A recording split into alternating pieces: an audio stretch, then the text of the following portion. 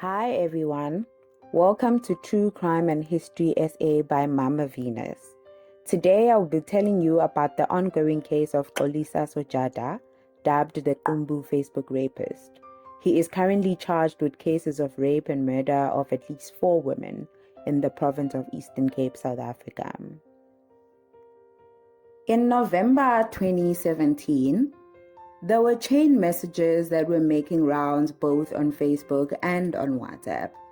Those were meant to warn female Facebook users about an African male who had 2 fake Facebook accounts under the names of Maputi Mandoi and Neo Jerry.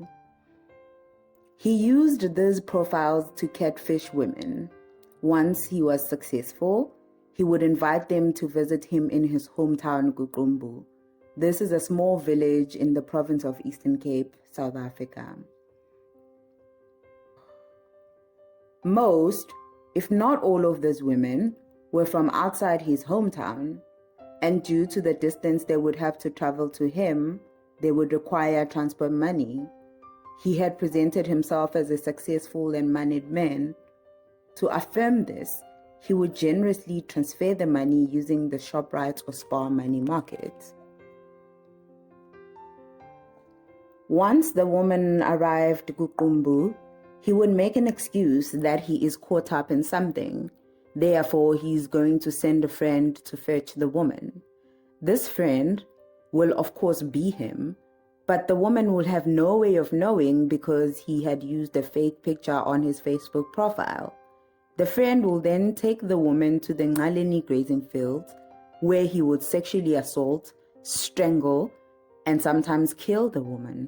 He used a fishing rope for the strangling and would take off their clothes and steal their belongings. The chain messages proceeded to say that 2 suspects had been apprehended: a 28-year-old man who resided in Ngaleni location and his 21-year-old girlfriend who resided in Ngoti location. The girlfriend had been arrested because the police had recovered some of the stolen items from her house. It is not clear if she was in any way aware of her boyfriend's crimes.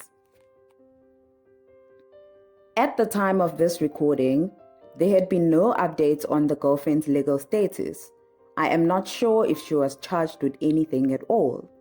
At the time of the arrest, 7 cases had been opened, 3 cases of murder and 4 cases of rape. These were later updated to 3 counts of murder, 6 charges of rape, 5 counts of robbery with aggravating circumstances, and 1 of housebreaking with an intent to commit a crime. He only pleaded guilty to 3 murders and not guilty to the rape and robbery charges. The sources at my disposal could not give me any information as to when the trial started, but it is still ongoing, and it was quite active in June this year.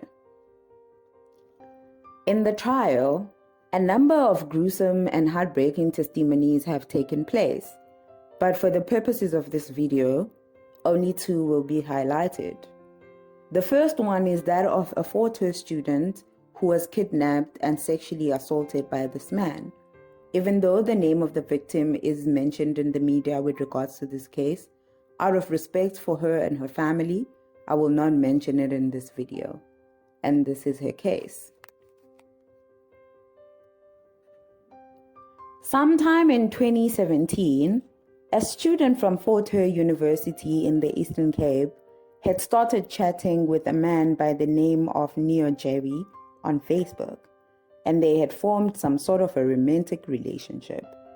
According to his profile, this man was from a village, Qumbu, in Eastern Cape.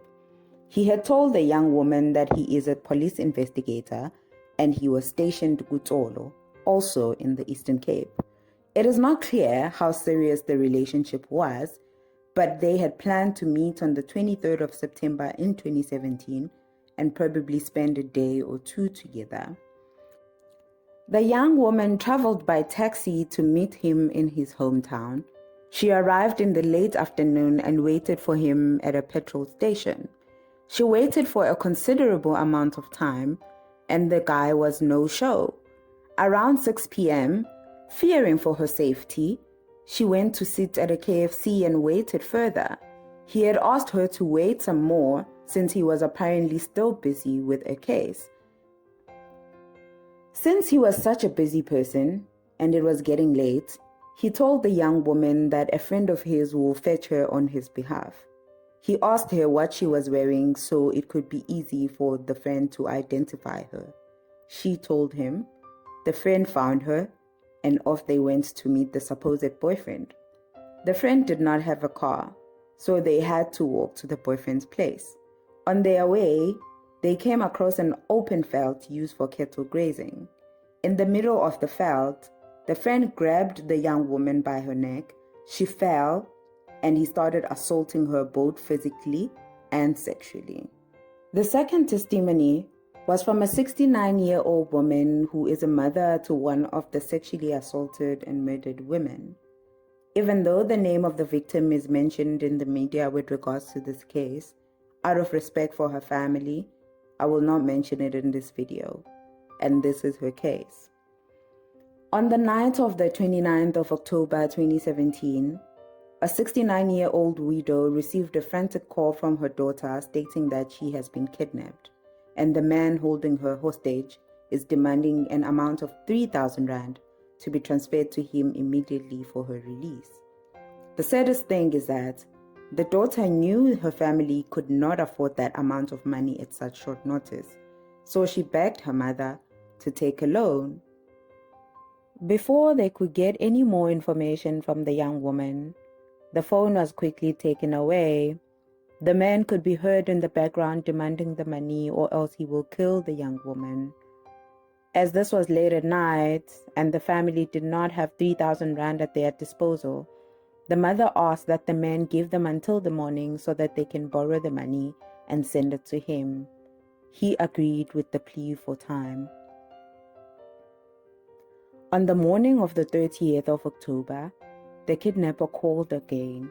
Fortunately, or unfortunately, the family had been able to source the money and they deposited it into his account. Soon after the deposit was made, the woman's phone was switched off and they could no longer reach them both. I am not sure if the family had alerted the police about this on the night of the 29th or they had waited until the next day, the 30th, when the young woman's mother went to open a case at Duncan Village, Guqumbu. This is the same day she had deposited the money to the man's account and she had received no correspondence from him or her daughter.